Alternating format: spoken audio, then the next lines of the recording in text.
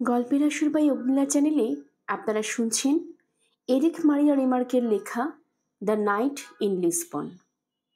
আজের সপ্তম পর্ব। ঝুড়ি হাতড়ে একটা রুটি বের করলো হেলেন। বলল, হোটেল মালিক দিয়েছে, শুভকামনা জানিয়েছে আমাদের। এসো, বাসি হবার আগেই এই সদ্গতি করা যাক। মনের ভেতরে এক ধরনের আনন্দ অনুভব করলাম। হেলেনকে ফিরে পেয়েছি, কাজেই কোনো অপূর্ণতা নেই আর। তাছাড়া তখন পর্যন্ত যুদ্ধ বাঁধেনি, কাজেই আমাদেরকে খুব শীঘ্রই ছেড়েও দিতে পারে। কিন্তু পরদিন বিকেলে পেলাম দুঃসংবাদ। আমাদের আলাদা করে দেবার সিদ্ধান্ত নেওয়া হয়েছে। আমাকে পাঠানো হবে কলম্বেসের ট্রানজিট ক্যাম্পে, আর হেলেন যাবে লা পেতিত রোকেত কারাগারে। দুজনে বিবাহিত, এ কথা প্রমাণ করা গেলেও লাভ হতো না। বিবাহিত দম্পতিদের আলাদা করা হচ্ছে। নরম স্বভাবের এক প্রহরীর অনুমতি নিয়ে রাতটা জেগে কাটালাম দুজনে। ইতিমধ্যে অনেক বন্দীকে বাইরে পাঠানো হয়েছে, বাকি রয়েছে শখানেক। ভাগ্যের নিদারুণ পরিহাস বলতেই হবে। ফ্যাসি বিরোধী ফ্রান্সে ফ্যাসি বিরোধী মানুষদেরকেই গ্রেফতার করা হচ্ছিল। এ যেন আরেক জার্মানি। আমাদেরকে কেন আলাদা করেছে ওরা? জিজ্ঞেস করলো হেলেন। কি জানি, কাজ ছাকালাম। শয়তানি করছে বলে মনে হয় না, বোকামির বশেই করছে হয়তো। পাশ থেকে এক স্প্যানিশ বন্দী বলল, পুরুষ আর মহিলাদেরকে একসঙ্গে রাখলে রেশারেশি বাড়বে, তাই আলাদা করছে। কোট পরে আমার পাশে ঘুমালো হেলেন। গদি মোড়ানো কিছু বেঞ্চি ছিল কামরায়, বয়স্ক মহিলাদের জন্য সেগুলো আলাদা করে রাখা। ওদের একজন হেলেনকে জায়গা দিতে চাইলেন, কিন্তু রাজি হলো না। বলল, একা ঘুমানোর অনেক সুযোগ পাওয়া যাবে। সে এক অদ্ভুত রাত। ধীরে ধীরে থেমে গেল বন্দীদের কথাবার্তা। বৃদ্ধাদের চাপা হাহাকারও কমে এলো আস্তে আস্তে।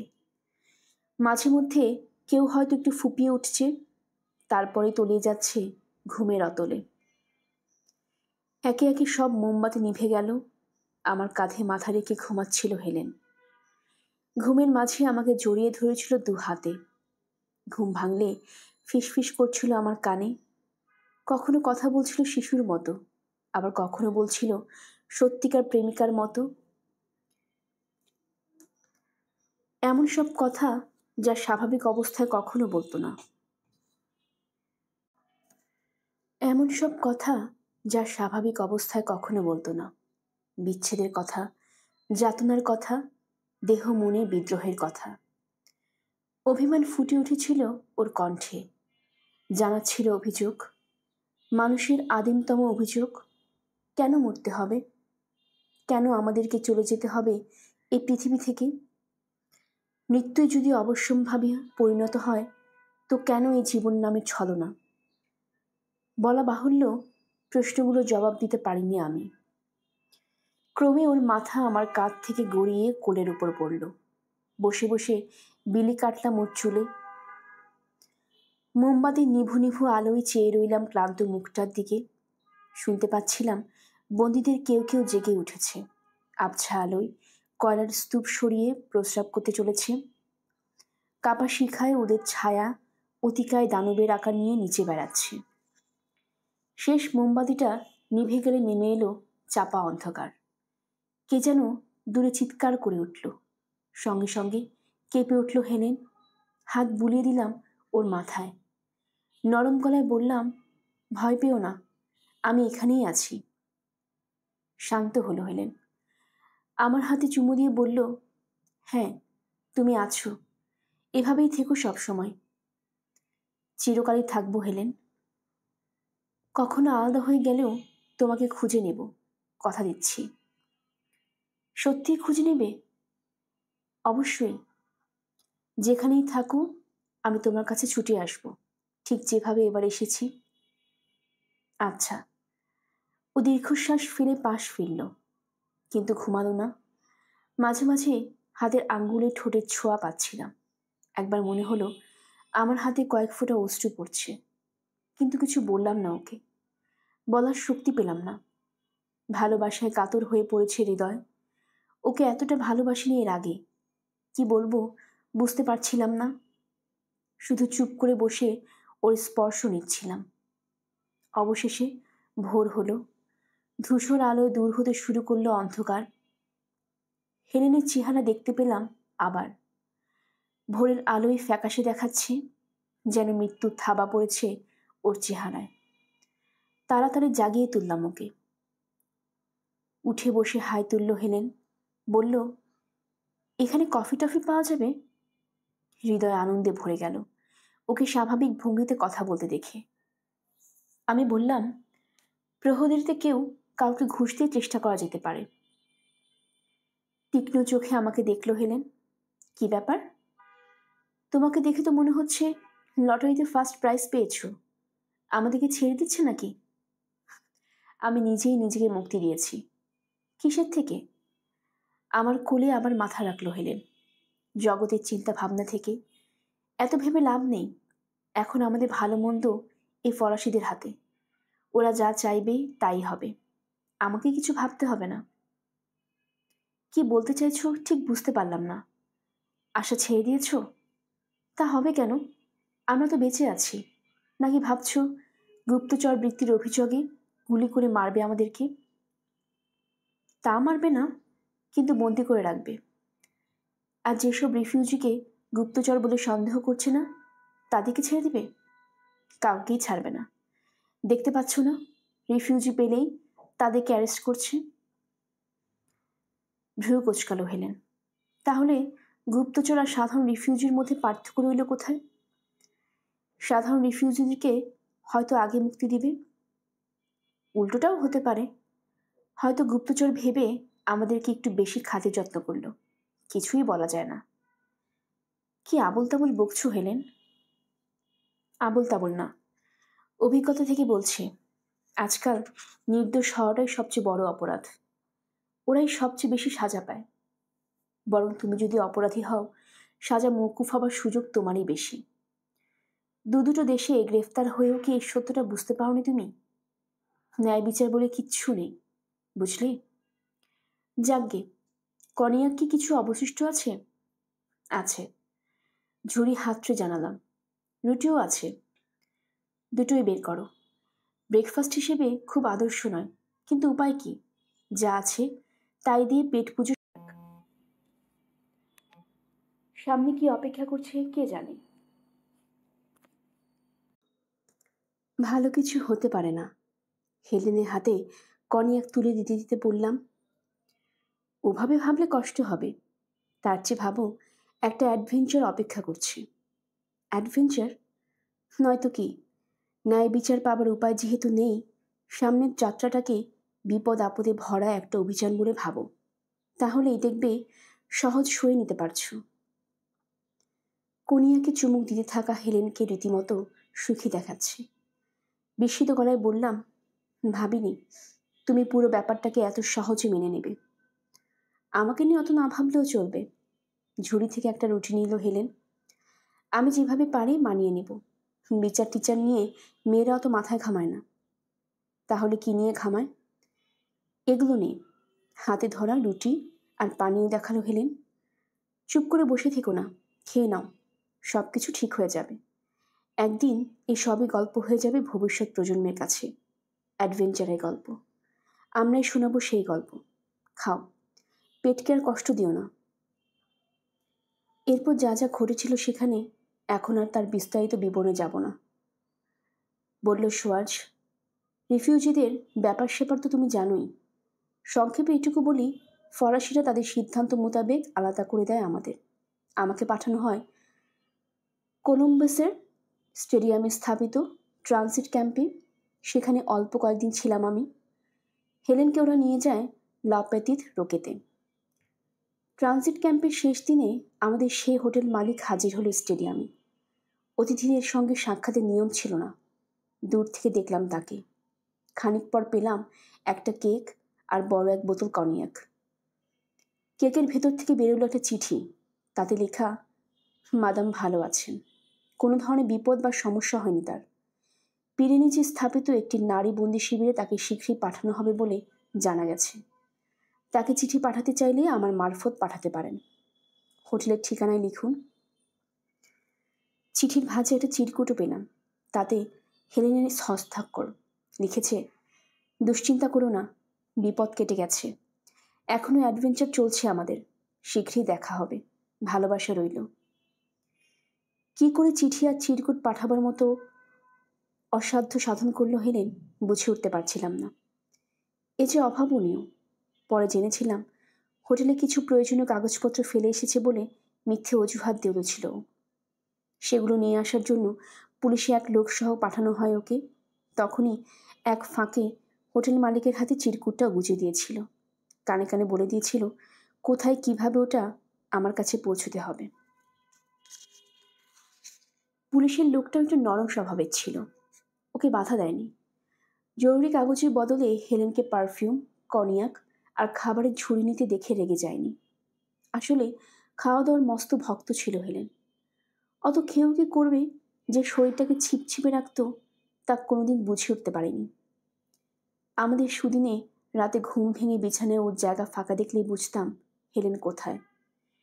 দেখা যেত খাবারের টেবিলে বসে ও মহা আনন্দে মাংস খাচ্ছে আর মদ দিয়ে গলা ভেজাচ্ছে।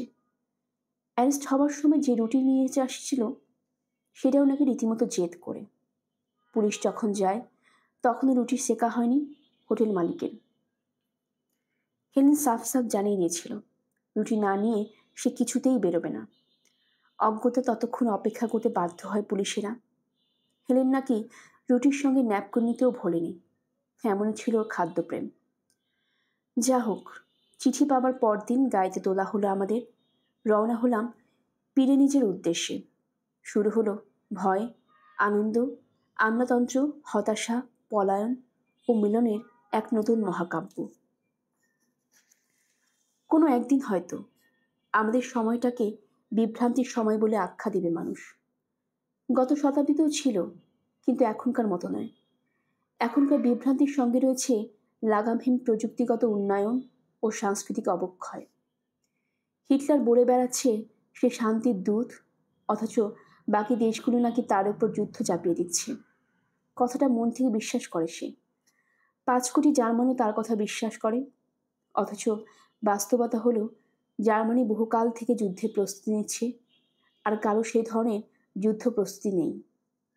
এসব জানার পরেও মানুষের বিশ্বাসের চির ধরে না। ভাগ্যের নির্মম পরিহাস। আমরা যারা সত্যটা বুঝতে পেরে জার্মানি বন্দি শিবির থেকে পালিয়ে এসেছিলাম, তারাই ধরা পড়েছিলাম ফরাসি বন্দি শিবিরে। ওদেরকেও দোষ দিয়ে লাভ নেই। একটা দেশ যখন তার অস্তিত্বের জন্য লড়াইয়ে নামে, রিফিউজিদের অধিকার নিয়ে মাথা ঘামাবার সময় কোথায়? অন্তত আমাদেরকে তো অত্যাচার করেনি ওরা, খুন করেনি গ্যাস চেম্বারে ঢুকিয়ে বা গুলি করে। এর বেশি আর কি চাওয়ার থাকতে পারে? জিজ্ঞেস করলাম, তোমার স্ত্রীর সঙ্গে এরপর কবে দেখা হয়েছিল? বেশ অনেকদিন পর। তুমি ল ভার্নেতে ছিলে? না, তবে শুনেছি ফ্রান্সের সবচেয়ে বাজে বন্দি শিবিরগুলোর মধ্যে ওটা একটা। হাসল সোয়ার্জ। সেটা নির্ভর করছে দৃষ্টিভঙ্গির উপরে। একটা কাঁকড়াকে পানির পাত্রে রেখে তাতে তাপ দিতে শুরু করো। যখন তাপমাত্রা 120 ডিগ্রিতে পৌঁছবে ওর কষ্ট হবে। মনে মনে ভাববে 100 ডিগ্রিতেও এর চেয়ে ভালো ছিলাম। তাপমাত্রা 140-এ পৌঁছলে মনে হবে এর চাইতে তো 100 বেশি ভালো ছিল। ব্যাপারটা অনেকটা সেরকম। আমার চোখে জার্মানির যে কোনো বন্দি শিবিরের চেয়ে ভালো ছিল লভার্নে।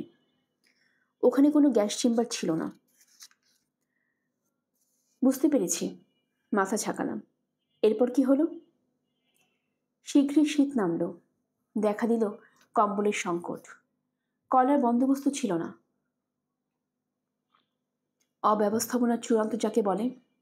অন্য সময় হলে গায়ে লাগতো না, কিন্তু ঠান্ডার কষ্ট সহ্য করা মুশকিল। আপাতত বন্দি শিবিরে সে শীতকালে বর্ণনা দিয়ে বিরক্ত করব না তোমাকে, নিজেই বুঝে নাও। মজার ব্যাপার কি জানো, হেলেন আর আমি যদি নিজেদের নাৎসি বলে স্বীকার করে নিতাম, তাহলে ঢের আরামে থাকতে পারতাম। বিশেষ ক্যাম্পে পাঠানো হতো আমাদের। ল ভার্নে আমরা যখন ঠান্ডায় জমে মরছি, পেটের পীড়ায় ভুগছি, কাগজে তখন ছাপা হতো বন্দি জার্মান চরদের ছবি। সাজানো টেবিলে বসে ছুরি কাঁটা চামচ দিয়ে খাওয়া দাওয়া করছে ওরা। প্রত্যেকের জন্য রয়েছে আলাদা চেয়ার, টেবিল, বিছানা, কম্বল ইত্যাদি। পত্রিকাওয়ালারা গর্ব করে লিখত, দেখো শত্রুদের সঙ্গে কত ভালো আচরণ করছি আমরা। রিফিউজিরা যে ঠান্ডায় না খেয়ে মরছে সেই বিষয়ে অবশ্য উল্লেখ করতো না কিছুই। আমরা ছিলাম গুরুত্বহীন। যা হোক, ধীরে ধীরে পরিস্থিতির সঙ্গে মানিয়ে নিলাম নিজেকে। হেলেনের কথা মতো সুবিচারে আসা জলাঞ্জলি দিয়েছিলাম। সারাদিন হাড় ভাঙা খাটুনির পর সন্ধ্যায় নিজের বাঙ্কে ফিরতাম। নামেই বাঙ্ক, আসলে ওটা 3 ফুট চওড়া আর 6 ফুট লম্বা একটা খড়ের বিছানা। সেই বাঙ্কে বসে ভাবতাম জীবন নিয়ে। নিজেকে বোঝাতাম পৃথিবী একটা পরিবর্তনের মাঝ দিয়ে চলেছে, তাই পোহাতে হচ্ছে দুর্দশা। এখানে ব্যক্তিগতভাবে নিজেকে দুর্ভাগা ভাবার অবকাশ নেই। চোখের সামনে অনেক কিছু ঘটতে দেখতাম, কিন্তু মনকে প্রবোধ দিতাম সাহস হারানো চলবে না। সাহস হারালে হৃদয় ভেঙে যাবে, আর ভগ্ন হৃদয় নিয়ে মানুষ বেশি দিন বেঁচে থাকতে পারে না। সুবিচারের কথা ভেবে লাভ কি? সে তো শান্তিকালীন সময়ের বিলাসিতা। জিজ্ঞেস করলাম, তুমি সত্যি সেটা বিশ্বাস করো? না। সেজন্যই তো বারবার বোঝাতে হতো নিজেকে। ছোটোখাটো অবিচারগুলোই বেশি কষ্ট দিত আমাকে। যেমন ধরো, রুটির ছোট টুকরাটা পড়লো আমার ভাগে, কিংবা অন্য কারো চেয়ে ভারী কাজ পেলাম। সহ্য করা কঠিন, কিন্তু না করে উপায় নেই। সামান্য ব্যাপারগুলো যদি সইতে না পারি, বড় অবিচারগুলো সইব কী করে, বাঁচব কী করে? তার মানে কৌশলী পশুর মতো চোখ কান বুঝে বাঁচতে শিখলে তুমি? ঠিক তাই। মানে যতদিন না হেলেনের কাছ থেকে প্রথম চিঠিটা এলো, সেটা 2 মাস পর। প্যারিসে আমাদের হোটেল মারফত পাঠিয়েছিল। চিঠিটা পেয়ে মনে হলো চাপা অন্ধকার ঘরে একটা জানালা খুলে কেউ দিয়েছে। বুঝলাম অন্তত ক্যাম্পের বাইরে জীবন নামে একটা বস্তু তখনও বিরাজমান। ওর চিঠিগুলো অনিয়মিতভাবে আমার হাতে পৌঁছত। দেখা যেত টানা কয়েক সপ্তাহ হয়তো একটাও এলো না। এক একটা চিঠি পেতাম, আর নতুন চোখে দেখতাম হেলেনকে। ও জানিয়েছিল ভালো আছে, ওকে একটা বন্দি শিবিরে পাঠানো হয়েছে। প্রথমে ক্যাম্পের রান্নাঘরে, পরে দোকানে কাজ পেয়েছে। 2বার কিছু খাবারও পাঠিয়েছিল। অবশ্য তার জন্য কি চাতুরীর আশ্রয় নিতে হয়েছিল জানি না। চিঠিতে হেলেনের এক নতুন রূপ দেখতে পেতাম আমি। তার কতখানি কল্পনা বা কতখানি বাস্তব চিন্তা থেকে বলতে পারি না। দীর্ঘ বিচ্ছেদের সময়, যখন যোগাযোগের মাধ্যম হিসেবে চিঠির পাতায় লেখা কিছু অক্ষর বাদে দুজন মানুষের মাঝে আর কোনো যোগসূত্র থাকে না, তখন সব কিছু আলাদা অর্থ বহন করে।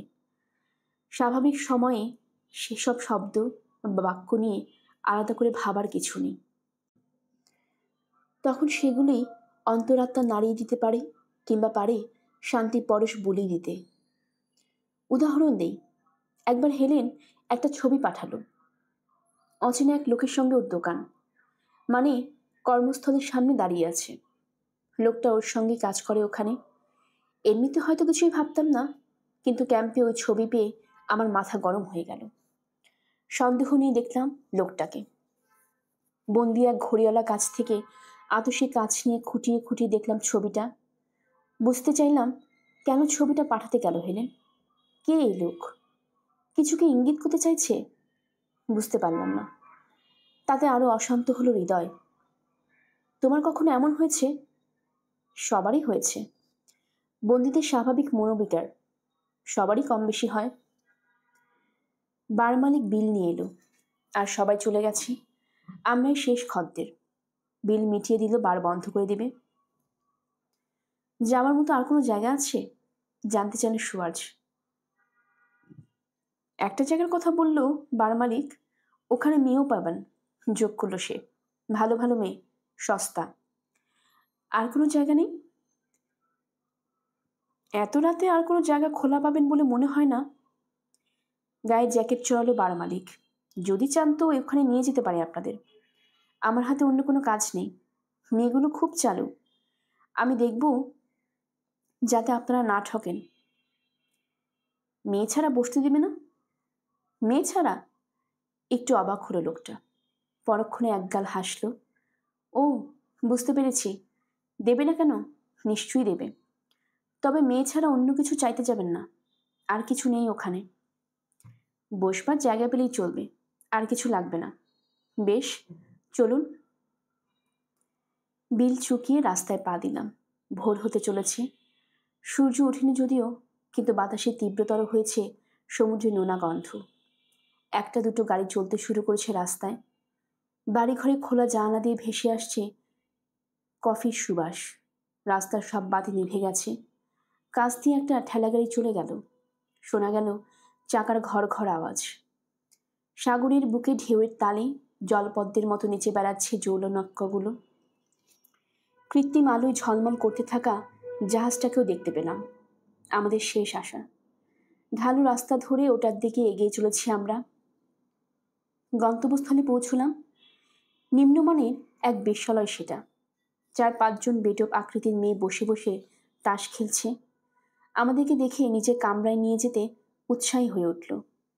কিন্তু বেশ কিছুক্ষণ চেষ্টা করার পরেও যখন সাড়া দিলাম না ওদের আহ্বানে, হাল ছেড়ে দিল ওরা। আর বিরক্ত করল না আমাদের। ঘড়ি দেখলাম। সোয়ার্যের কবল থেকে কখন ছাড়া পাবো ভাবছি। আমাকে লক্ষ্য করে মৃদু হাসল সে। বলল, আমার কাহিনী বিশেষ বাকি নেই, শীঘ্রই শেষ হয়ে যাবে। তাছাড়া 9টার আগে তো কনসুলেট খুলবে না। তোমার কোনো চিন্তা নেই। সেটা আমিও জানি, কিন্তু রাতভর গল্প শুনতে শুনতে ক্লান্ত বোধ করছি। গল্পের খেয়ে ধরল সোয়ার্জ। 1 বছর কাটল। আমার মনে হলো অনন্তকাল। পরে অবশ্য আর অতটা দীর্ঘ লাগলো না। জানুয়ারিতে একবার পালাবার চেষ্টা করলাম। ক্যাম্পের বাইরে আমাদেরকে কাজ করতে নিয়ে যাওয়া হয়েছিল। সেখান থেকে কেটে পড়লাম রক্ষীদের ফাঁকি দিয়ে। ধরা পড়লাম 2 দিন পর। শাস্তি হিসেবে কুখ্যাত এক লেফটেন্যান্ট আমার মুখে ঘোড়ায় চড়ার চাবুকের ঘা বসালো। নিঃসঙ্গ কারাবাসে পাঠালো 3 সপ্তাহের জন্য। শুকনো রুটি আর পানি ছাড়া কিছু খেতে দেওয়া হতো না ওখানে। ছাড়া পাবার কিছুদিন পর দ্বিতীয় দফা চেষ্টা করলাম পালাবার। আগের বার 2 দিন লেগেছিল, কিন্তু এবার ধরা পড়লাম প্রায় সঙ্গে সঙ্গে। হাল ছেড়ে দিলাম। কাগজপত্র ছাড়া এক কদমও যাওয়ার উপায় নেই। যে কেউই ধরে ফেলতে পারে। হেলেনে ক্যাম্প তো বহু দূরে। পরিস্থিতি পরিবর্তন ঘটল মে মাসে, যখন সত্যিকার যুদ্ধ বাঁধল। 4 সপ্তাহের মাথায় শেষ হলো সেই যুদ্ধ। আমাদের ক্যাম্প তখন জার্মানদের দখলমুক্ত এলাকায়। তবু গুজব রটল আর্মি কমিশন আর গেস্টাপোর দল ক্যাম্প পরিদর্শনে আসছে। ফলে আতঙ্ক ছড়িয়ে পড়ল বন্দীদের মাঝে। সেই সময়ের কথা মনে আছে তোমার? মাথা ছাকালাম। আত্মহত্যার হিড়িক পড়ে গিয়েছিল বন্দীদের মাঝে। অনেকে দরখাস্ত করেছিল ফরাসি কর্তৃপক্ষের কাছে, জার্মানরা আসার আগেই যেন তাদেরকে মুক্তি দেওয়া হয়। আমলাতান্ত্রিক জটিলতায় আটকে গিয়েছিল সেসব দরখাস্ত।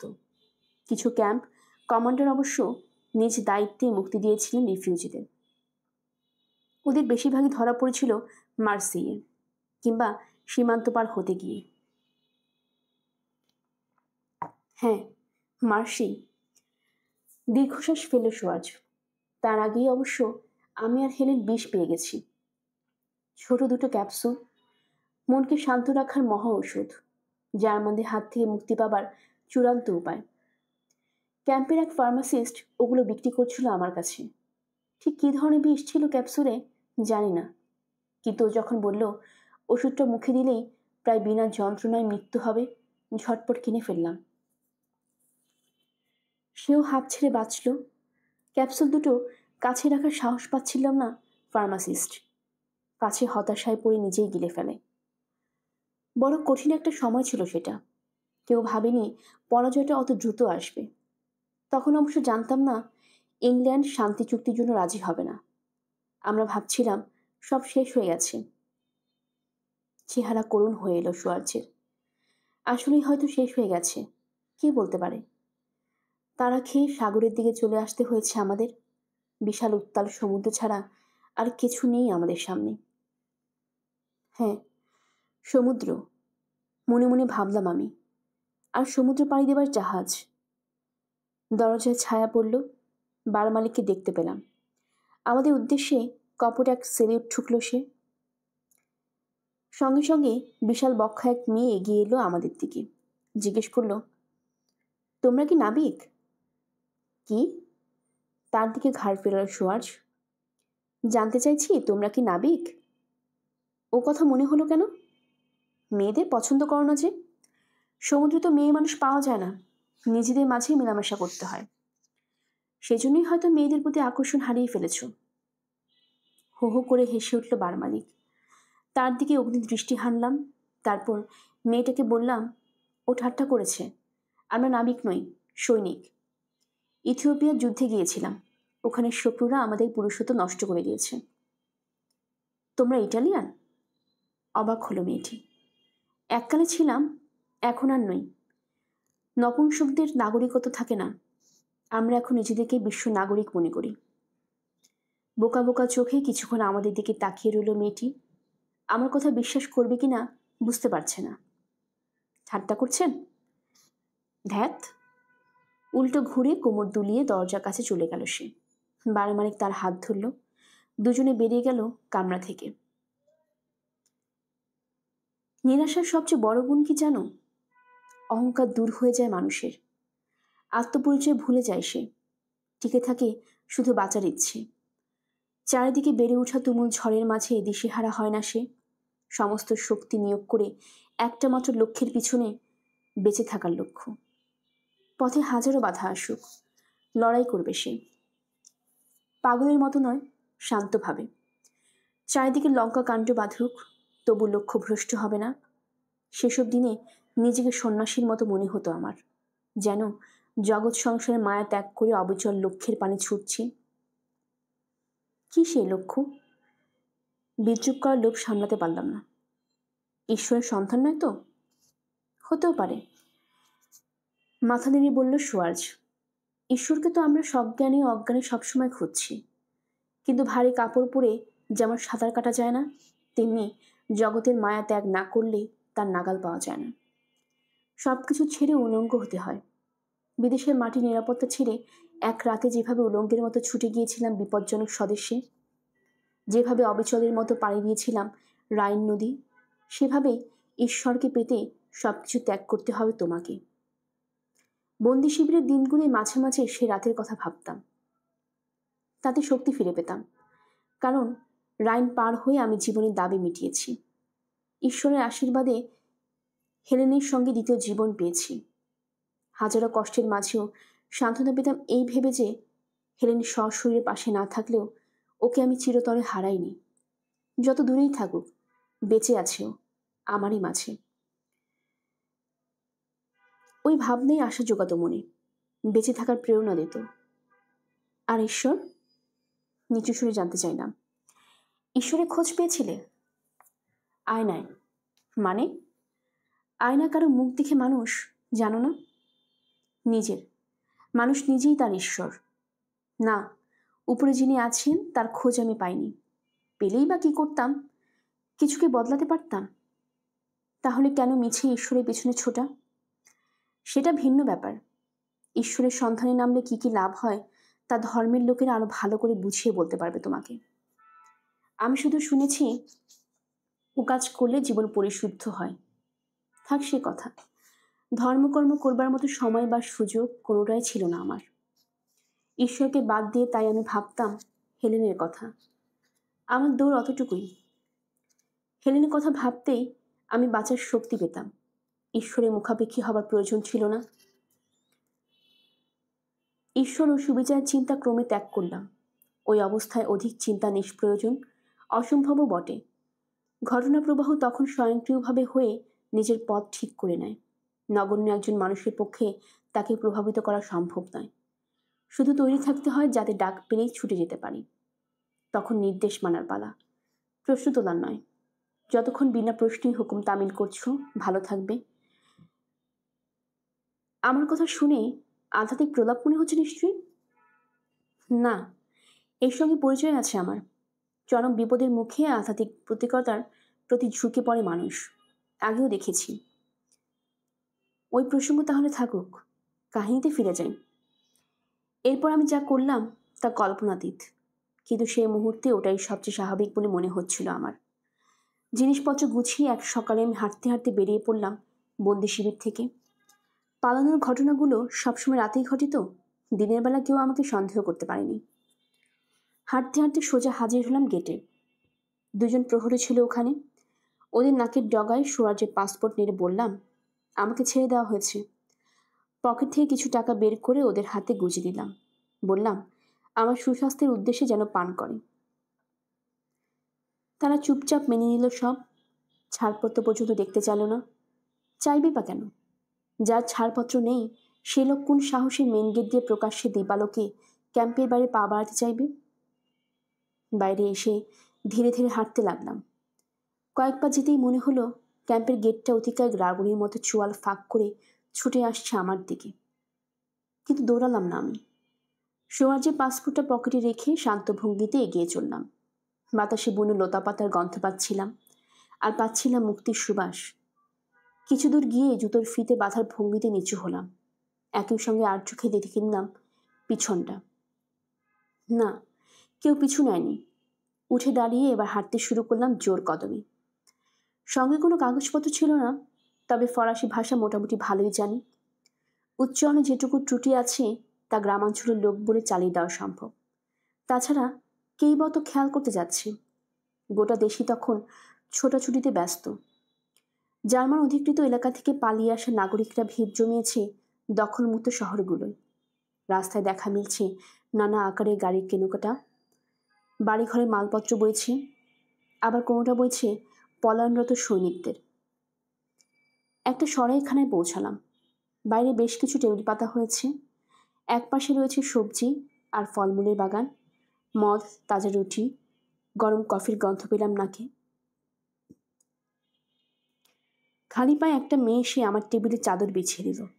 তার উপরে একে একে নামিয়ে রাখলো কফি পট, কাপ, প্লেট, রুটি আর মধুর বয়াম। আয়োজন সামান্য, কিন্তু সেটাই আমার কাছে বিলাসিতার মতো লাগলো। বাইরে লণ্ডভণ্ড পৃথিবী কোনো মতে ধুকে ধুকে চলছে, কিন্তু গাছপালায় ঘেরা সেই সরাইখানা বিরাজ করছে অদ্ভুত এক শান্তিময় পরিবেশ। বিশ্বাস করবে কিনা জানি না, ওখানে বসে মৌমাছির গুঞ্জন শুনলাম আমি। শেষ গ্রীষ্মের নরম শুনানি রোদ পোহালাম, প্রকৃতির সুধা পান করলাম আকণ্ঠে, যেভাবে দীর্ঘ মরুপথে রওনা হবার আগে পানি পান করে উঠ, আর সেই সুধা সঞ্চয় করে শুরু হলো যাত্রার পরের পর্ব। রেল স্টেশনের প্রবেশপথে একজন প্রহরীকে দাঁড়িয়ে থাকতে দেখে থমকে গেলাম। আমার পালাবার খবর এত দ্রুত জানাজানি হবার কথা নয়, তারপরেও আপাতত ট্রেনে না চড়াই ভালো বলে মনে হলো। রিফিউজিরা ততক্ষণ কাঁটাতারে ঘেরা ক্যাম্পের ভেতরে থাকছে, তাদের নিয়ে কেউ মাথা ঘামায় না। কিন্তু পালিয়ে গেলেই সর্বনাশ। পলাতক রিফিউজিকে ধরার জন্য প্রয়োজনে পুরো আর্মি লেলিয়ে দেওয়া হবে। একটা চলতি ট্রাকে উঠে পড়লাম। ড্রাইভারের পাশে বসলাম। লোকটা পালা করে যুদ্ধ, জার্মানি, ফরাসি সরকার, আমেরিকা আর ঈশ্বরকে গালাগাল করছিল। দুপুরে ওর খাবার দুজনে ভাগাভাগি করে খেলাম। তারপর একসময় নেমে পড়লাম ট্রাক থেকে। 1 ঘন্টা হেঁটে পরে রেল স্টেশনে পৌঁছলাম। কাউন্টারে গিয়ে খুব স্বাভাবিক ভঙ্গিতে ফার্স্ট ক্লাসের একটা টিকিট চাইলাম। টিকিট বিক্রেতার দ্বিধান্বিত দেখালো। মনে হলো কাগজপত্র দেখতে চাইবে। সঙ্গে সঙ্গে ধমক দিলাম তাকে। বললাম, তাড়াতাড়ি হাত চালাতে। লোকটা ভরকে গেল। কাগজ দেখার ঝামেলা না গিয়ে টিকিট দিয়ে দিল আমাকে। কফির দোকানে গিয়ে বসলাম। ট্রেন এলো নির্ধারিত সময়ের 1 ঘন্টা পরে। দেরি দেখে অস্থির হলাম না। যুদ্ধের মাঝেও যে ট্রেন চলছে, এই ঢের। হেলনের ক্যাম্পে পৌঁছতে পাক্কা 3 দিন লাগলো আমার। পথে একবারই মাত্র নামতে হয়েছে। এক পুলিশ আমার কাগজ দেখতে চেয়েছিল। সোয়ার্জের পাসপোর্ট দেখিয়ে তাকে হেরে গলায় এমন ধমক দিলাম, বেচারা ভয়ে গুটিয়ে যেতে বাধ্য হলো। পাসপোর্টটা অস্ট্রিয়ান, আর অস্ট্রিয়া তখন জার্মানির অংশ। কাজেই অস্ট্রিয়ান পাসপোর্টের দাপট গেস্টোপোর পরিচয়পত্রের চেয়ে নিছক কম নয়। ভাবতে অবাক লাগে, জলজান্ত এক মানুষের চেয়েও এক টুকরো কাগজ আমার শক্তিশালী হতে পারে। যা হোক, হেলেনের ক্যাম্পে ঢুকতে হলে একটা পাহাড় পেরোতে হয়। পাহাড়ের গোড়ায় রয়েছে অসংখ্য কাঁটা গাছ আর ঝোপঝাড়। এরপর ঘন জঙ্গল। জঙ্গল পার হলে কাঁটাতারের বেড়ায় ঘেরা সমুদ্র শিবির। শেষ বিকেলে পৌঁছলাম ওখানে। লক্ষ্য করলাম বেড়াটা বার্নের মতো ভয়াবহ কিছু নয়, হয়তোবা মেয়েদের ক্যাম্প বলি। দূর থেকে দেখতে পাচ্ছিলাম রংচঙা মেশাব পরে মেয়েরা ঘুরে বেড়াচ্ছে ক্যাম্পের ভেতরে। কেমন যেন একটা উৎসব উৎসব ভাব। দমে গেলাম দৃশ্যটা দেখে।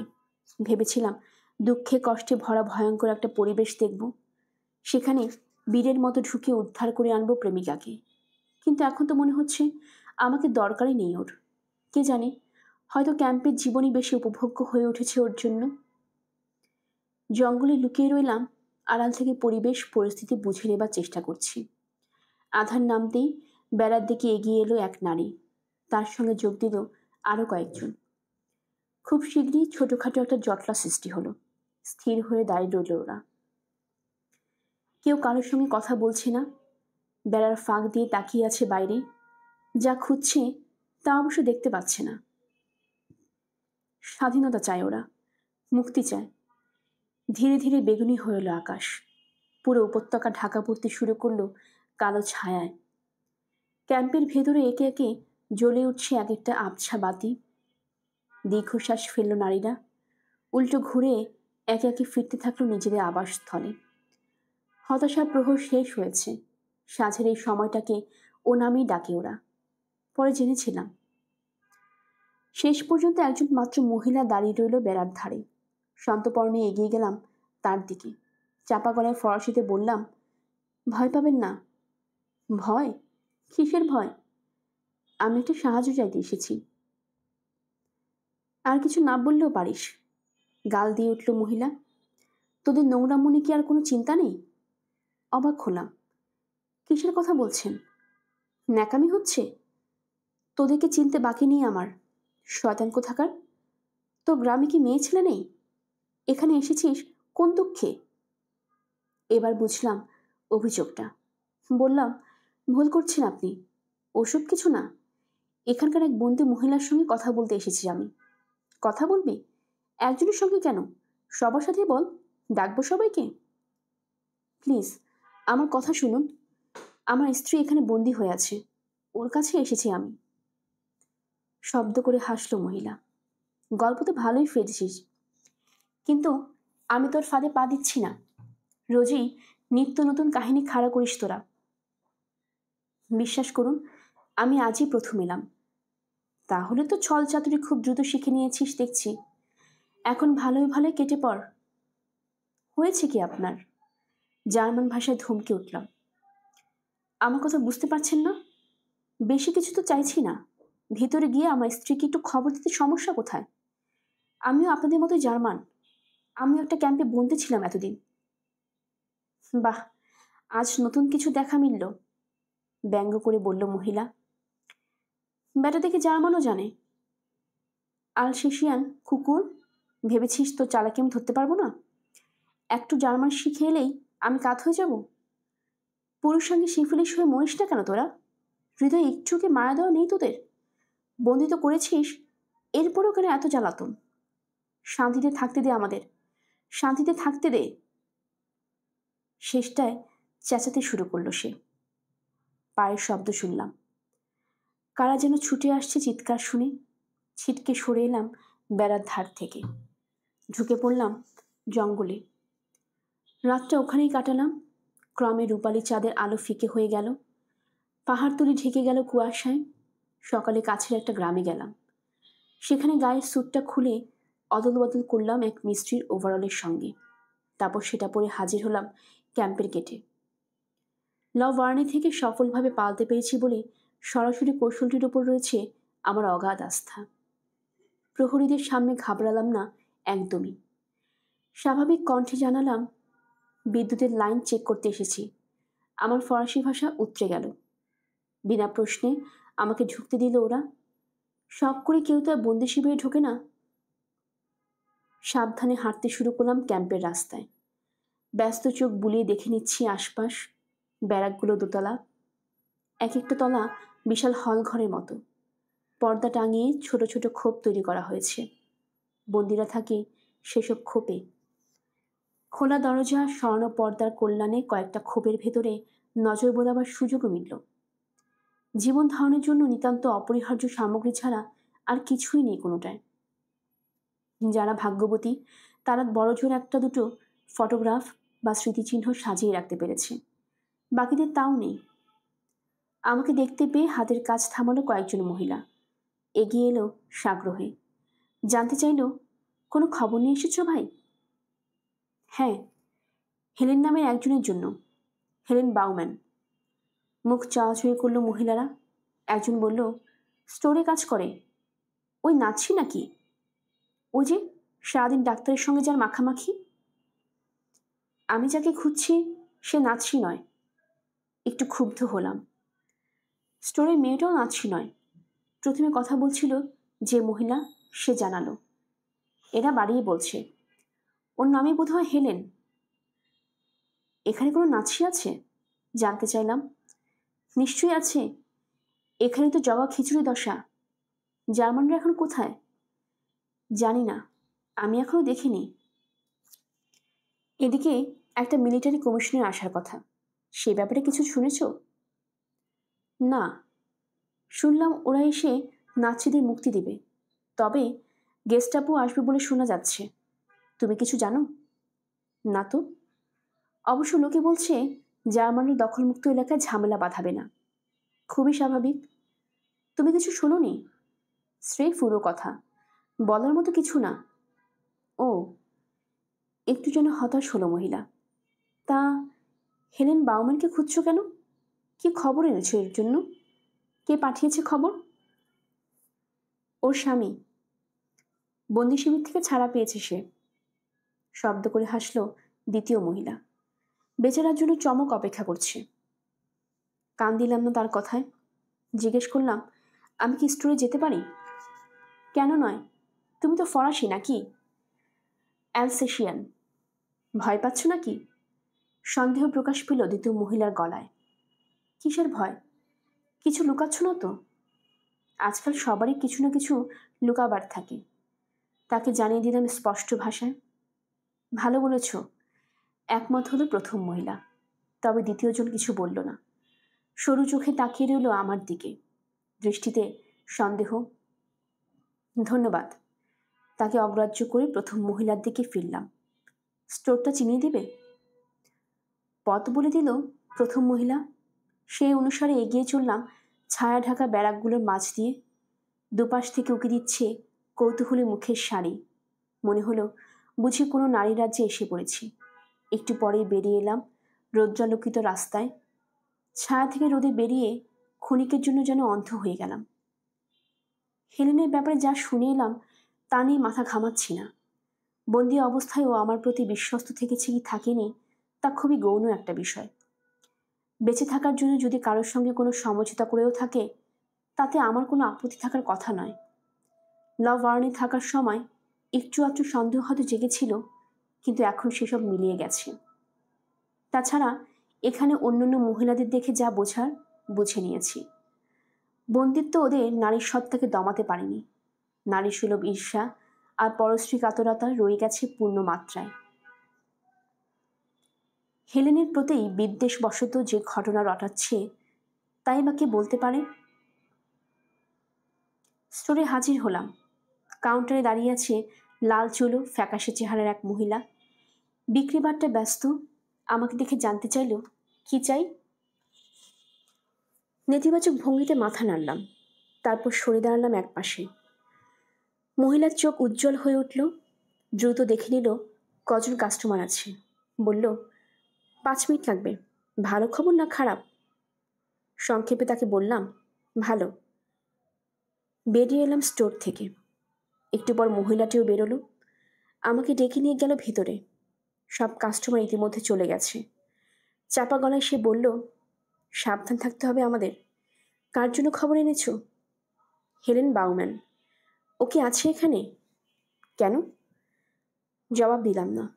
লক্ষ্য করলাম মহিলার চোখে অস্বস্তি ফুটেছে। জিজ্ঞেস করলাম, ওকে স্টোরে কাজ করছে না? কি চাও তুমি? কেন ওর খোঁজ নিচ্ছ? কার জন্য? ওর স্বামীর জন্য। এভাবে এর আগেও আরেকজনের খবর নেওয়া হয়েছিল। 3 দিন পর ওকে নিতে এসে একজন। যাবার সময় মেয়েটা বলে গিয়েছিল, কি হয় না হয় আমাদের জানাবে। কিন্তু আমরা আর কোনো খোঁজ পাইনি ওর। জ্বলে উঠল তার চোখ জোড়া। কে তুমি? মিস্ট্রি যে নাও তা খুব ভালোভাবে বুঝতে পারছি। আমি হেলেনের স্বামী। আমি তাহলে বিখ্যাত অভিনেত্রী গ্রেটা গার্বো, ব্যঙ্গ করল মহিলা। ঠাট্টা নয়, স্বামী না হলে কেন ওর খোঁজ নিতে আসবো? হেলেন বাউম্যানের খোঁজ নিতে আরো অনেকেই আসে, অদ্ভুত সব লোকজন। সত্য কথা বলবো, হেলেন বাউম্যান মারা গেছে। 2 সপ্তাহ আগে কবর দেওয়া হয়েছে ওকে। এটাই নির্মম সত্য। আমি ভেবেছিলাম তুমি অন্য কোনো খবর এনেছো। ও মারা গেছে? হ্যাঁ, এবার বিদায় হও। ও মরেনি, রুক্ষ গলায় বললাম। মরলে ব্যারাকের মেয়েরাই সে কথা আমাকে জানাতো। ওদের কথাবার্তা কোনো ঠিক ঠিকানা নেই। অপলকে তাকালাম লালচুলো মহিলাটির দিকে। ওকে একটা চিঠি পৌঁছে দিতে পারবে? আমি চলে যাচ্ছি, কিন্তু যাবার আগে একটা চিঠি দিয়ে যেতে চাই। কি লাভ তাতে? ক্ষতিই বা কোথায়? নিছক একটা চিঠিই তো। ক্ষতি নেই মানে? তুমি কি গতকাল জন্ম নিয়েছ? চিঠির কারণে গত ধরনের বিপদ হতে পারে, তুমি জানো না? অত শত জানার প্রয়োজন দেখছি না। চিঠি লেখার মতো কিছু দিতে পারো আমাকে? ওদিকে ডেস্কে কাগজ আর পেন্সিল পাবে, ইশারায় দেখালো মহিলা। কিন্তু মরা মানুষকে চিঠি লিখে তো কোনো লাভ নেই। ধরো, ওটা আমার শখমৃত মানুষের কাছে চিঠি লেখা। এক টুকরো কাগজ নিয়ে সংক্ষেপে লিখলাম, হেলেন, আমি এসেছি। আজ রাতে বেড়ার কাছে এসো, আমি অপেক্ষায় থাকব।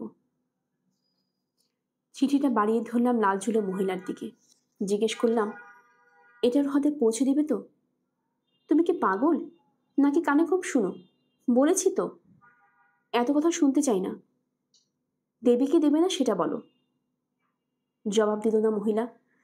আবার প্রশ্ন করলাম, দেবে তো? না, থমথমে গলায় বলল মহিলা। চিঠিটা নামিয়ে রাখলাম টেবিলে। বললাম, তাহলে এখানেই রেখে যাচ্ছি। চিঠিটা অন্তত তুমি নষ্ট করো না।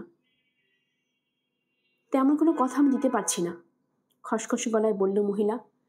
মাথায় রক্ত চড়ে গেল। দাঁতে দাঁত পিষে বললাম,